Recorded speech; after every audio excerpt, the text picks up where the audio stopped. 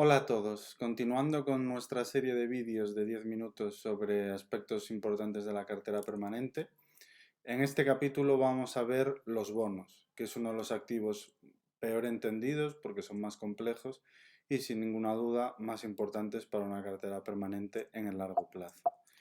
Para ello vamos a ver qué es un bono. Bueno, un bono puede ser deuda en el caso de que sea emitido por un gobierno o crédito en el caso de que sea emitido por una empresa y básicamente es una forma de financiación, como puede haber otras, en la cual una empresa o un gobierno emite una deuda, un inversor compra esa deuda y a cambio recibe un interés en forma de cupón por prestarle dinero. Básicamente, pues, por ejemplo, cuando emite un bono España, está obteniendo capital de los inversores que compran sus bonos, a cambio de remunerarles por ello, aunque en el entorno actual esa remuneración es prácticamente inexistente.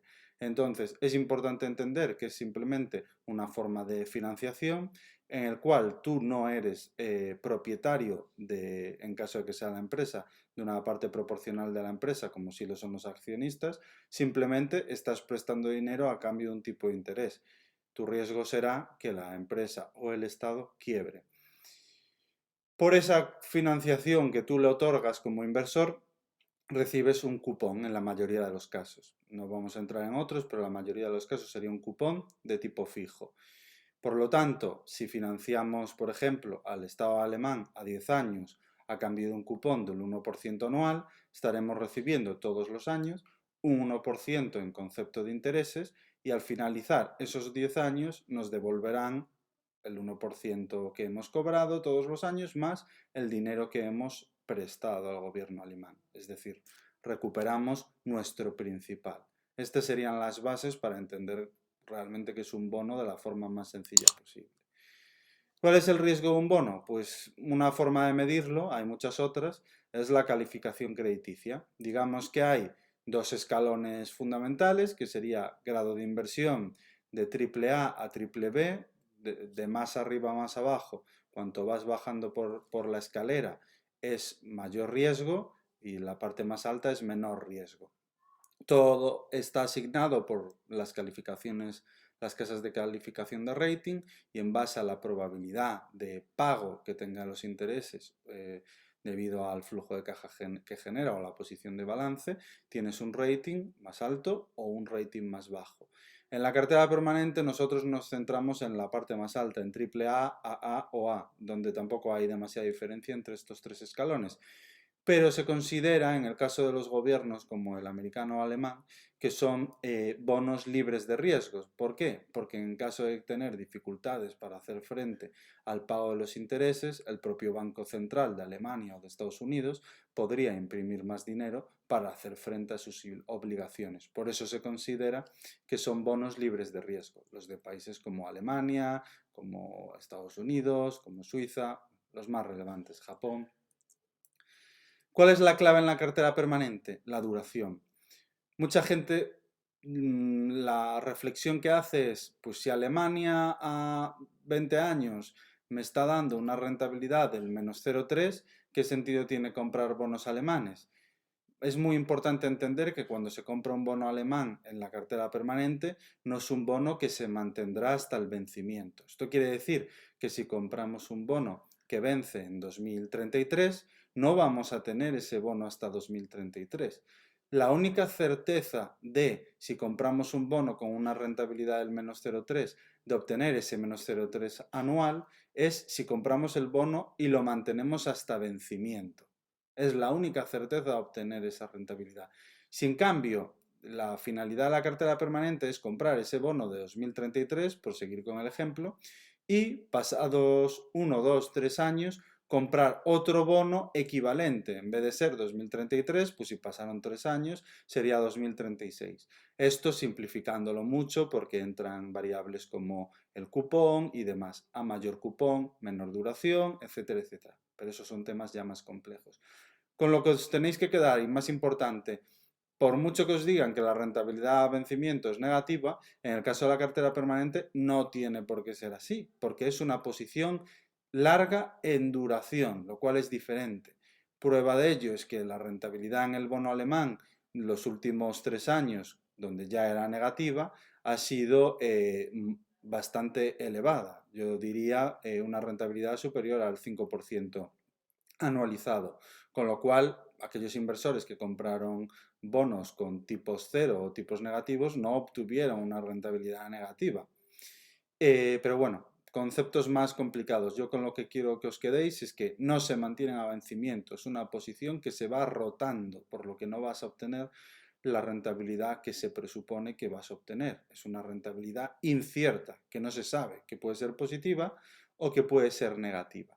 ¿Y qué os pongo aquí? Pues por ejemplo, si hubiésemos comprado cuando realicé esto, que es en mi libro El inversor conservador, el bono alemán de cupón cero, no paga cupón, que vence en 2050 y tuviésemos una caída en los tipos desde el cero, que estaba más o menos cuando se emitió, hasta el -2, es decir, que tuviese una rentabilidad para el que lo compra después de un movimiento de tipos de un 2% a la baja, ese bono que cuando se emitió pagaba un 0%, para quien lo compre, después de un movimiento de tipos a la baja de un 2%, ya no paga un 0%, paga un -2%. Pues para el inversor que lo compró cuando pagaba un 0%, antes de que se movieran los tipos de interés, antes de que cayeran, su rentabilidad es de un 86%. Si se hubiese movido un 1% a la baja los tipos de interés, pues para el que lo compró cuando la rentabilidad era un 0, la rentabilidad habría sido un 37%. Por lo que compramos un bono que inicialmente paga un 0% de vencimiento, pero imaginar que caen los tipos un 2, tenemos una rentabilidad del 86%, podríamos venderlo y esa rentabilidad se materializa y en ningún caso tendríamos la rentabilidad del 0% a 2050. Es muy importante. Ahora el lado contrario, que es otro lado que en vez de ser favorable es desfavorable. Imaginemos que los tipos de interés, nosotros compramos ese bono al 0% y los tipos de interés suben un 3%. La pérdida en ese bono sería de un 60%. O sea que es muy importante conocer qué implica estar largo de duración. Y no es el mismo riesgo en el bono que vence en 2050 con un cupón del 0 que en el bono que vence en 2040 con un cupón creo que está por encima del 2%. A mayor cupón, menor duración. Y la duración es la sensibilidad ante movimientos en los tipos de interés. Es decir, a mayor duración, un movimiento de tipos de interés a la baja nos va a generar más rentabilidad. A mayor duración, un movimiento en tipos de interés al alza nos va a generar mayores pérdidas. Por lo tanto, este es el concepto clave. Aquí tenéis pues, un bono de 2028 con un cupón superior también al 2%, ante un movimiento del 3% caería un 20%, pero el de 2050 caería un 60%. Fijaros lo importante que es entender un concepto como es la duración. ¿Por qué son tan importantes los bonos en la cartera permanente? Pues básicamente, pensemos en momentos complicados desde el 73, a lo largo de la historia. Pues por ejemplo, en un momento complicado como el COVID, los bonos de larga duración americanos, mientras que la renta variable estaba cayendo un 30-40%, los bonos estaban generando una rentabilidad del 20%, por lo que aquel que tuviese bonos en cartera vio compensadas con bastante equilibrio las pérdidas de la parte de renta variable. ¿Qué sucedió en 2008? Que mientras que la renta variable llegó a caer un 55% y cerró el año en un -37%, los bonos de largo plazo americanos cerraron con una rentabilidad del 24%. Quien tuviese bonos en cartera en un momento crítico como este, otra vez le ayudó a compensar las pérdidas. En la crisis.com, en momentos tan complicados como el año 2000, 2001, 2002, donde las pérdidas acumuladas llegaron a ser de más del 50%, el máximo drawdown, pues los bonos de largo plazo hicieron, mientras que la bolsa cayó un 12,5%, un 20% positivo, mientras que caía un 12, un 4 positivo, y mientras que caía un 22, un 17 positivo.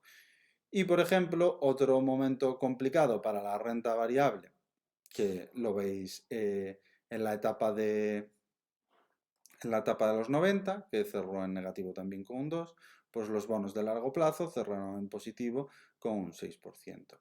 En 1981 cayó la renta variable un 4%, los bonos tuvieron una rentabilidad positiva del 0,4%. En general, salvo en 1994, que la renta variable sufrió y los bonos cayeron, todas las demás crisis de relevancia y correcciones, los bonos han actuado ejerciendo su rol de colchón para grandes pérdidas en renta variable. Ahora mismo el colchón es menor porque los tipos de interés parten desde niveles más bajos, eso es cierto. Es complicado tener rentabilidades cuando la bolsa caiga un 20-30% de más del 20%, pero sin ninguna duda en escenarios como esos actuarán de colchón. Y si nos vamos a los diferentes tipos de escenarios que nos podemos encontrar a lo largo de la historia económica de las últimas décadas, vemos como en el 2008 los bonos nos protegieron, vemos como un escenario tan complicado como 2008, tanto en 2008 como tras la reacción de los bancos centrales, los bonos también lo hicieron muy bien, mitigando las pérdidas de ese momento, compensándolas con creces. Y en momentos donde hay crecimiento pero con deflación, es lo que llamaríamos deflación procíclica, pues en el siglo XIX los bonos con ese movimiento de deflación lo hicieron estupendamente. Digamos que si a futuro volviese a darse un entorno de deflación con crecimiento, algo que llevamos muchísimos años sin ver, unas cuantas décadas, los bonos lo volverían a hacer muy bien, que es un poco lo que ha vivido Japón. Entonces, hay muchos escenarios donde los bonos nos cubren y ese es el motivo por el que en una cartera permanente hay un 25% en bonos. Mucha gente asocia la cartera permanente a los bonos, nunca he entendido muy bien el por qué, porque hay la misma cantidad de bonos que de renta variable, que de efectivo, que de oro. Ahora mismo estamos aquí, 130 años de histórico de tipos de interés, estamos en mínimos de tipos de interés, lo que sucederá es absolutamente impredecible. Puede haber momentos de caídas de bonos, como hemos visto en este inicio de año, en estos primeros 6 meses, puede haberlos, pero en los momentos de estrés, en los momentos de shock, mientras que no haya dudas sobre los estados, actuarán de colchón para las grandes caídas de la renta variable. Y en casos de que sí haya dudas sobre los estados, su solvencia y sobre la moneda, es el oro el que da un paso hacia adelante protegiendo la cartera permanente. La clave, que en cualquiera de ambos escenarios estamos protegidos. Ha habido un desacoplamiento entre los tipos de interés nominales en Estados Unidos y Alemania. Partieron desde el mismo punto en 2001 y actualmente pues la rentabilidad en los bonos americanos es sustancialmente superior a los alemanes. Es cierto que en los últimos meses han corregido un poco más los alemanes que los americanos, es decir, se ha cerrado un poco ese gap, pero a día de hoy esta es un poco la situación. Y por último, como sabréis, nosotros tenemos una cartera permanente que se ejecuta a través de Icaria Cartera Permanente, con 900 partícipes entre nuestros dos fondos, 21 millones, y el capital del equipo 100% invertido en nuestra cartera. Si queréis más información, no olvidéis suscribiros a nuestro canal, habrá más vídeos como este de corta duración en el que intentaremos transmitir de la mejor forma posible conceptos fundamentales de la cartera permanente.